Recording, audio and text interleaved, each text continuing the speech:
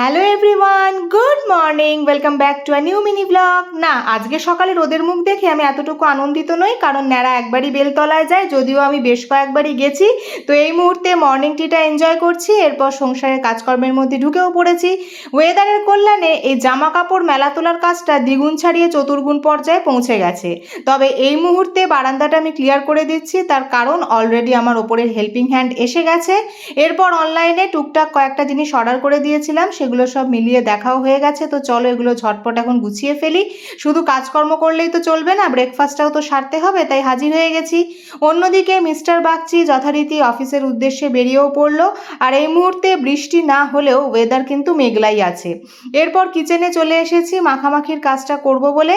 ময়ান দিয়ে আজকে জোয়ারের আটাটা মাখছি। এটা আমি ফার্স্ট টাইম ইউজ করছি, জানি না কেমন হবে। আর ডোটা কিছুটা এরকম দেখতে হয়েছে।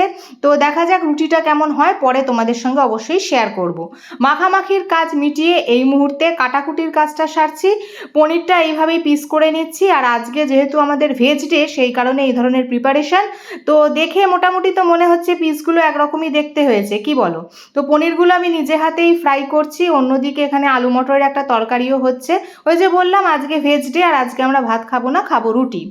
এই মুহূর্তে ফ্রেশ হয়ে লাঞ্চ কমপ্লিট করে চলে এসেছি, আর নিয়ে এসেছি টক দই, ওপরে আবার একটু গুড়ের বাতাসা দিয়ে নিয়েছি, কারণ চিনিটা একটু অ্যাভয়েডই করতে চাইছি। আর ওয়েদার এই মুহূর্তে বৃষ্টি হচ্ছে না, তবে খানিকক্ষণ বাদে কি হবে জানা নেই। তো চলো আমি এখন এটা এনজয় করতে থাকি। আর আজকের মিনি ব্লগটা এই পর্যন্তই রাখছি। ভালো লেগে থাকলে লাইক শেয়ার সাবস্ক্রাইব করে দিয়ে পাশে থেকো। আজকের মতন তাহলে টাটা।